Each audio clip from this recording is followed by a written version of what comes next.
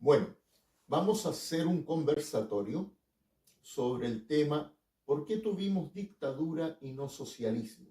Ahora que se conmemoran los 50 años del golpe cívico-militar que derribó al presidente Salvador Allende e inauguró una, diría yo, cruel, terrible dictadura militar, con violación sistemática de los derechos humanos y arrasando lo que habían sido las conquistas sociales del pueblo y la clase trabajadora chilena.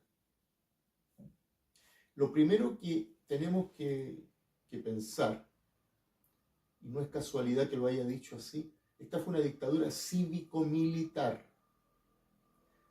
Sin duda, los que hicieron el grueso del trabajo más sucio, más criminal, fueron uniformados, o gente que de civil en realidad respondía a los cuerpos uniformados, agentes del Estado, que cometieron las peores tropelías, violaciones, torturas, asesinatos, ejecuciones sumarias, que mandaron a más de 1 millón de personas al exilio.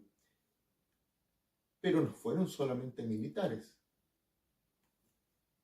En realidad ellos trabajaban para la clase empresarial burguesa chilena y para los intereses del imperialismo, que complotaron para derribar a Salvador Allende y al gobierno popular, incluso desde antes de que Salvador Allende asumiera.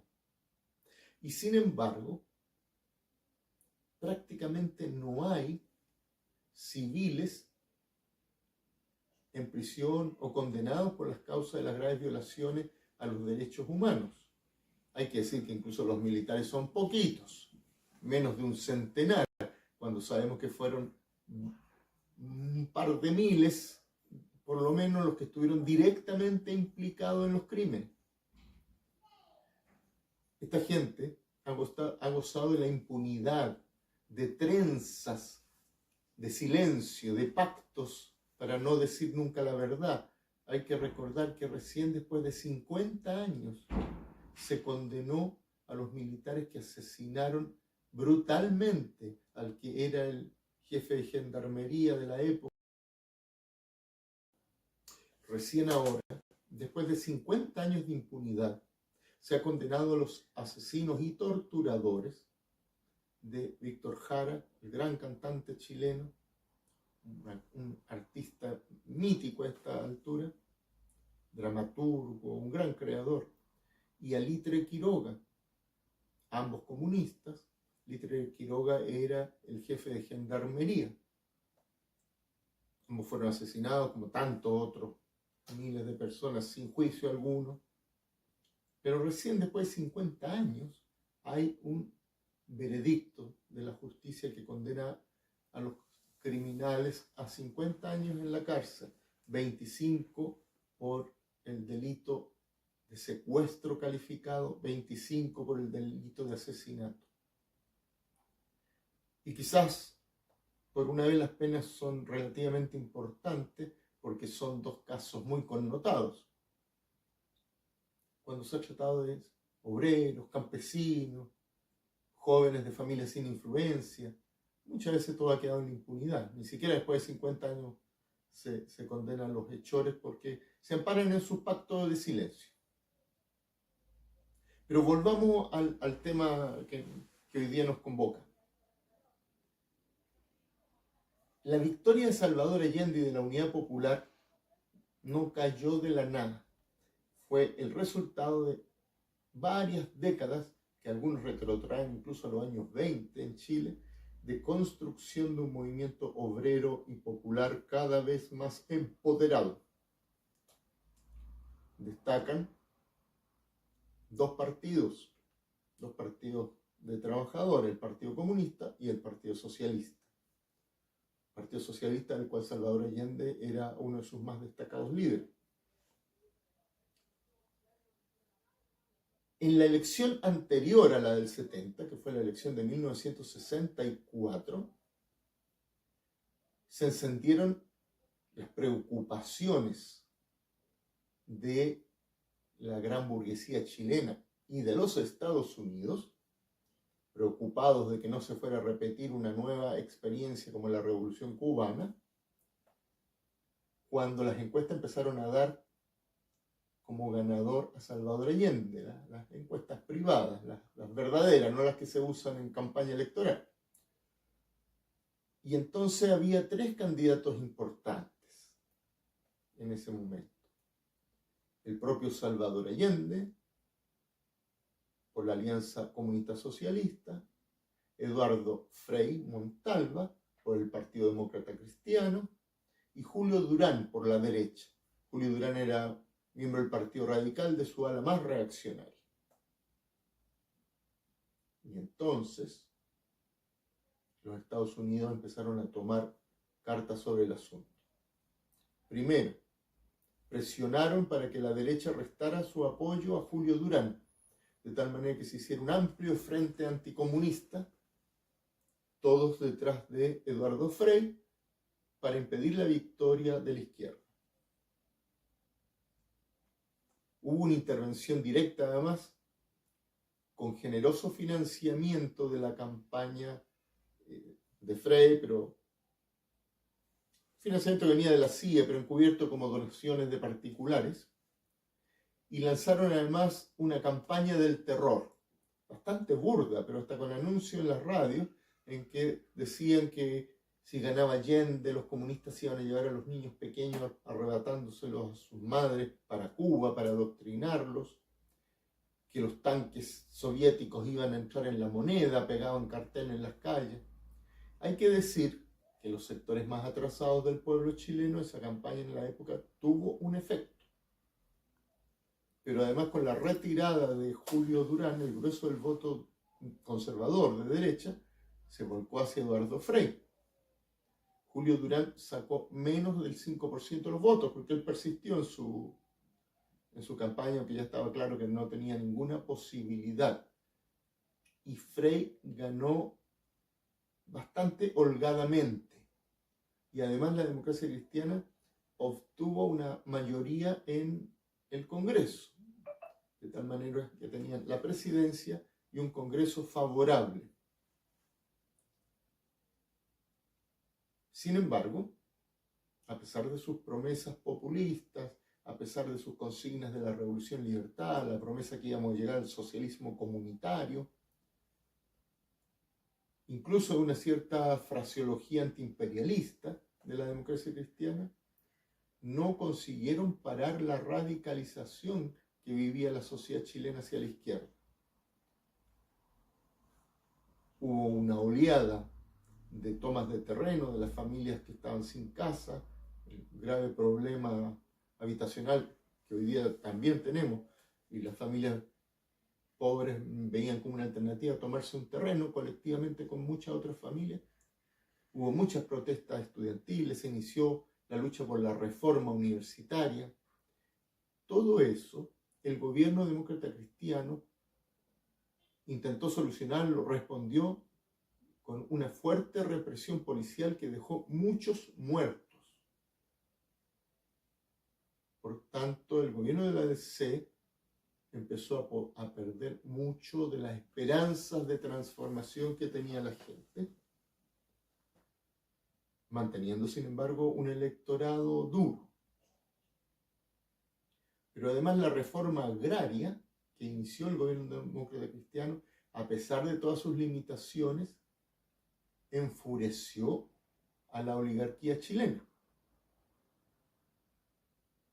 La sindicalización del campo, la promoción popular, que era incentivar desde el gobierno demócrata cristiano la organización en las poblaciones o barriadas pobres, y con programas de autoconstrucción.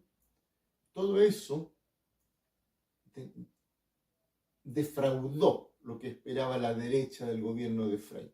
Por otro lado, incluso sus propios partidarios que esperaban que de verdad iban a haber grandes reformas sociales y rápidas reformas sociales dados los problemas que tenía el país, también quedaron defraudados, porque las reformas existieron, pero fueron bastante timoratas. Incluso el gobierno demócrata cristiano intentó algo yo diría simbólico, que fue que el cobre pasara a manos de Chile, con lo que llamaron la chilenización del cobre, pero con un programa a largo plazo, comprando las acciones de las mineras norteamericanas. Ocurrieron además algunas otras cosas. Primero, los sectores más reaccionarios del ejército ya durante el gobierno de Frei intentaron un golpe de Estado dirigidos por el general Biot. Al calor de la Revolución Cubana comenzaron además los primeros brotes, atisbos menores, más propagandistas que otra cosa, de guerrilla urbana,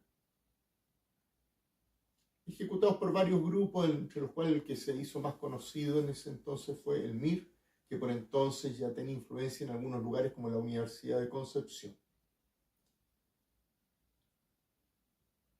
Y así llegamos en un ambiente bastante efervescencia a las elecciones presidenciales y generales de 1970. Como yo les explicaba, ya era difícil para entonces que volviera a haber una unidad entre la derecha y la democracia cristiana por el problema de las reformas que había emprendido, a pesar de que fueran limitadas, el gobierno, sobre todo la reforma agraria. Y la derecha presentó a su propio candidato, el que había sido presidente de derecha independiente, Jorge Alessandri,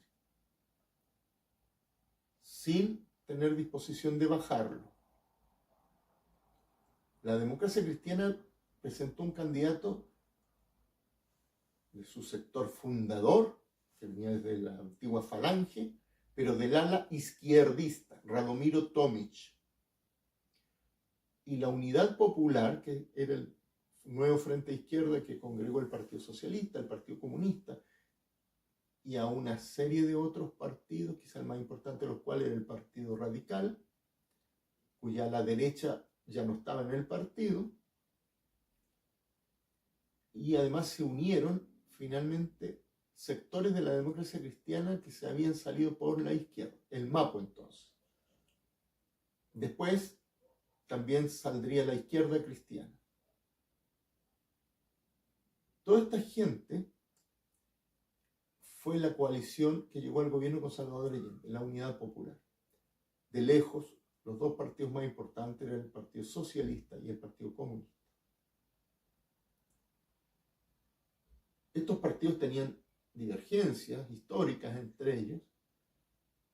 Primero porque el Partido Socialista era más independiente, tenía una visión más democrática, más antiestalinista del socialismo, pero además porque pensaban que la transformación de Chile hacia el socialismo tenía que ser con un gran frente de trabajadores.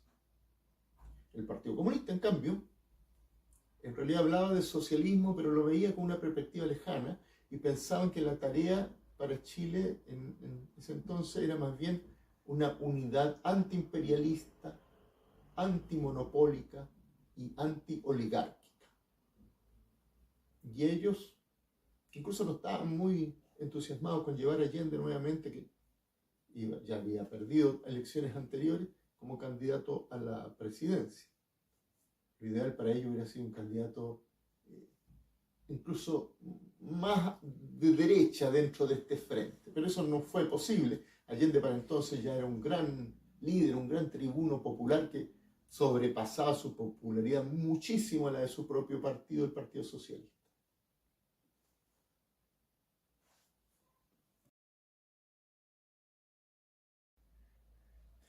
Nunca en la historia de Chile hubo de manera tan rápida y en total cumplimiento del programa de gobierno una transformación tan importante promovida desde el gobierno como durante el gobierno de Salvador Allende. Yo diría que esas transformaciones se pueden agrupar en tres grandes bloques. Una que yo llamaría la revolución cultural, otra la serie de transformaciones de tipo económico y finalmente la puesta en cuestión del Estado oligárquico burgués que había en Chile. Esas cosas para las clases dominantes chilenas eran insoportables. Primero que nada, y desde luego lo más importante para ello, por supuesto, la cuestión económica. Chile nacionalizó el cobre y toda la gran minería, o sea, las riquezas más importantes del país en esa época, arrinconando además al conjunto de las fuerzas políticas del gobierno. Hasta la derecha se vio obligada a votar a favor de la nacionalización del cobre.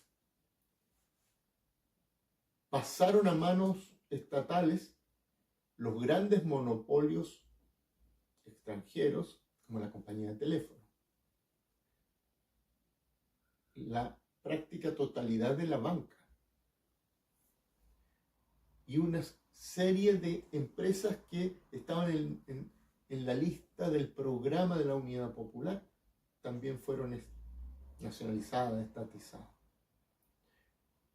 La reforma agraria sufrió un impulso muy importante. Pero las cosas no quedaron ahí, sino que la sociedad chilena entró en ebullición. Los campesinos comenzaron a ocupar los fondos que no habían sido aún ocupados por la Corporación de Reforma Agraria, la CORA. El pueblo mapuche se movilizó para recuperar las tierras antaño robadas a su pueblo. Y cuando la burguesía intentó, con el apoyo del imperialismo norteamericano, todo lo cual está muy bien documentado a esta altura, paralizar la economía del país, haciendo sufrir a la población para que la población se levantara contra Allende, el famoso paro patronal de octubre del 72, que empezó por un paro de los camioneros que pretendía bloquear el suministro de materias primas, el suministro de artículos de consumo en el país, a lo cual se unieron los gremios empresariales y las asociaciones profesionales liberales. La respuesta de la clase obrera y de la juventud que apoyaba el gobierno de Allende fue enorme. Los trabajadores, incluyendo trabajadores demócratas cristianos, ocuparon todas las fábricas o empresas que estaban cerradas, además porque necesitaban trabajar para vivir. Y los jóvenes también ayudaron en eso y en la ocupación de los supermercados que habían paralizado.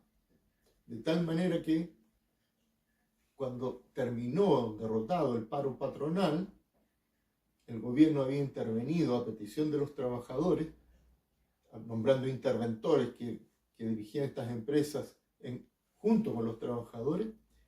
El área que se llamó de propiedad social en Chile sobrepasaba el 70% de la economía. O sea, en Chile había una verdadera revolución. Lamentablemente, como vamos a ver, esta revolución era una revolución desarmada, una revolución en la que los partidos de la Unidad Popular eran muy respetuosos de la institucionalidad y estaban muy presos de algunos mitos, como que las Fuerzas Armadas en Chile eran constitucionalistas, iban a respetar el veredicto de las urnas siempre. Y hay una tercera cosa que hay que mencionar, que es el papel del Estado y la revolución cultural que se produjo. El papel del Estado, que siempre había sido el garante de la propiedad privada y del orden oligárquico y burgués en Chile, empezó a ser cuestionado. El paro patronal de octubre también impulsó el desarrollo autónomo de formas todavía muy embrionarias, pero de poder paralelo a las del Estado burgués. Me refiero a los cordones industriales. Las fábricas de un sector determinado se agrupaban para colaborar en la defensa de sus empresas amenazadas por la reacción y los grupos fascistas, paramilitares. Se organizaban además para ayudarse unos a otros, intercambiar productos, servicios, y además las juntas de abastecimientos y precios, las JAP, en que la mujer tuvo un papel muy destacado, que ya existían, alcanzaron ahora una relevancia enorme para garantizar la distribución de productos a precios oficiales, evitando que pasaran al mercado negro y a la especulación en todos los barrios populares. Y esto tuvo un impacto enorme, demostró que la clase trabajadora, que el pueblo organizado podía hacer las cosas bien, que no necesitaba necesariamente a los empleadores que querían boicotear y hacer negociados. Esto ponía en cuestión toda la estructura del Estado. Y finalmente, yo les comenté de la revolución cultural. No vamos a entrar en tanto detalle, pero en Chile nunca se leyó tanto, y está estadísticamente demostrado, como en los años de la Unidad Popular. La empresa Quimantú, la editorial Quimantú, produjo una cantidad enorme de libros de pensamiento socialista, pero sobre todo de literatura chilena y latinoamericana e universal, a precios tremendamente baratos, de tal manera que en cualquier hogar pobre, obrero, la gente podía tener sus colecciones de libros y la gente se acostumbró a leer mucho. Pero además se llevó la cultura de élite a los lugares donde la gente trabajadora vivía. Me refiero a la música, incluyendo música docta, al ballet, a las obras de teatro. Los estudiantes fueron llevados desde barrios populares a ver espectáculos a los cuales normalmente solo tenían acceso hasta entonces o la burguesía o las clases medias acomodadas. Y aquí, solo para recordar como un ejemplo, al maestro Jorge Peña Gien, de La Serena, un gran músico de una familia bastante acomodada, que había tenido una educación de excelencia, que había vivido en Europa y en Chile como músico, pero era partidario del gobierno popular, y él desarrolló una idea señera, que fueron las orquestas infantiles y juveniles de música selecta. Esto tuvo tanto éxito que ese ejemplo posteriormente ha sido copiado en otros países del mundo. Lamentablemente, después del golpe de Estado, a Jorge Peña lo arrestan y sin juicio alguno, la prensa lo había calumniado porque había tenido un viaje a Cuba con un grupo de niños para hacer una presentación artística y había calumniado que había vuelto con embarques de armas. En resumen, de manera totalmente ilegal y sin juicio ni prueba, fue fusilado como uno de los tantos fusilados de la llamada caravana de la muerte ordenada por Pinochet.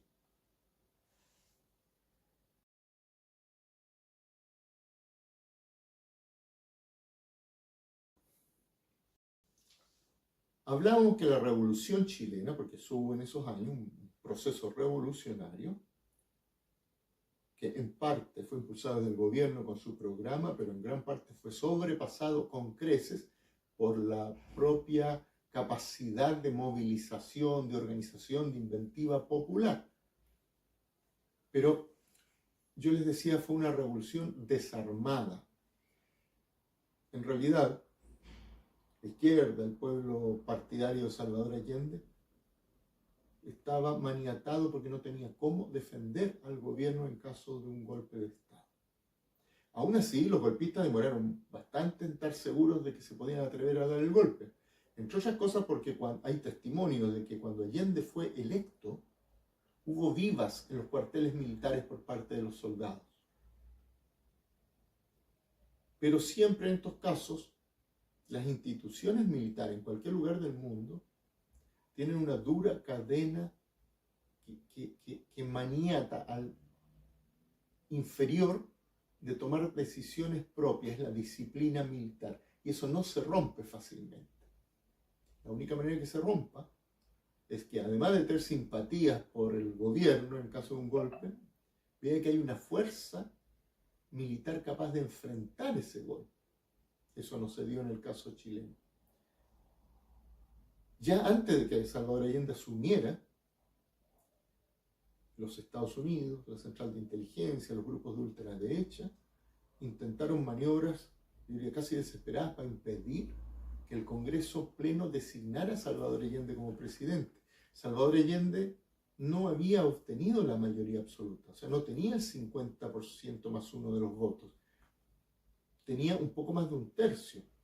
Le seguía el candidato de la derecha, Jorge Alessandri, lo separaba solo menos de un par de puntos de diferencia. Y luego estaba el candidato de la democracia cristiana, Ramiro Tomic, que aunque había sido derrotado claramente, era el tercero, sin embargo tenía un caudal de voto importantísimo. Hay que recordar, sin embargo, que el programa de Tomic era casi calcado al del programa de la Unidad Popular, incluyendo la promesa del socialismo comunitario. Pero, para evitar que ocurriera la designación, un grupo de ultraderecha, además organizados por los dos generales del ejército, uno en retiro ya, intentaron secuestrar al comandante en jefe del ejército de la época para provocar la intervención militar. El comandante, el general René Schneider, se defendió del intento de secuestro y recibió disparos que lo llevaron 2 días después a la muerte. No pudieron evitar que Salvador Allende fuera designado por el Congreso Pleno como presidente de la República.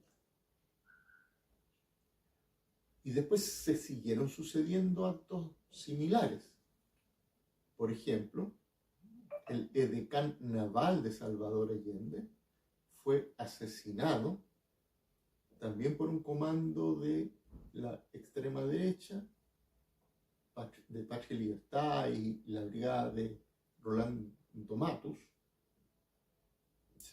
todo financiado, movido por la CIA, porque se querían deshacer de la gente que no quería dar el golpe de Estado y que tenía posiciones de relevancia.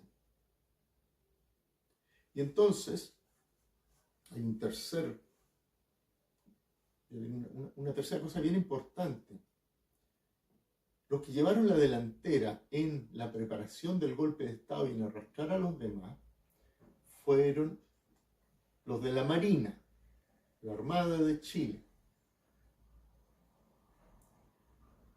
Y cuando los suboficiales comenzaron a darse cuenta, aquellos suboficiales que apoyaban al gobierno de Salvador Allende, decidieron organizarse para impedirlo. Hicieron planes para impedirlo. Cuando la inteligencia naval se enteró, lanzó una fuerte represión contra esos suboficiales que fueron apresados, torturados. Y cuando todo esto llegó a... Ellos además informaron a los principales dirigentes de los partidos de izquierda, informaron después de las torturas a los principales dirigentes de los partidos de izquierda, sobre todo el Partido Socialista, del MIR. Lamentablemente, el gobierno hizo oídos sordos a las denuncias, o aparentó hacer oídos sordos, les quitó el apoyo. Y la justicia encausó al secretario general del Partido Socialista en esa época, Carlos Altamirano, a Miguel Enrique y a otros personeros de otros partidos de izquierda como participantes de actos de sedición. En otras palabras, cuando llegó el golpe, la izquierda no se había preparado seriamente para nada. Habían hecho muchos discursos, algunos discursos incendiarios, pero no se sale a resistir un golpe de Estado de esta envergadura simplemente con la voluntad al llamado del presidente o de algún dirigente. Hay que tener armamento, hay que tener planes de contingencia, hay que tener una doctrina militar para enfrentar el golpe. Nada de eso estaba preparado. De tal manera que lo que tuvimos en Chile fue lamentablemente una masacre, no una guerra civil, como nos han querido a veces vender. El golpe podía haber sido parado, pero no en las condiciones a las que llegamos al 11 de septiembre de 1973. Eso es lo que tenemos que conversar para evitar que vuelva a ocurrir.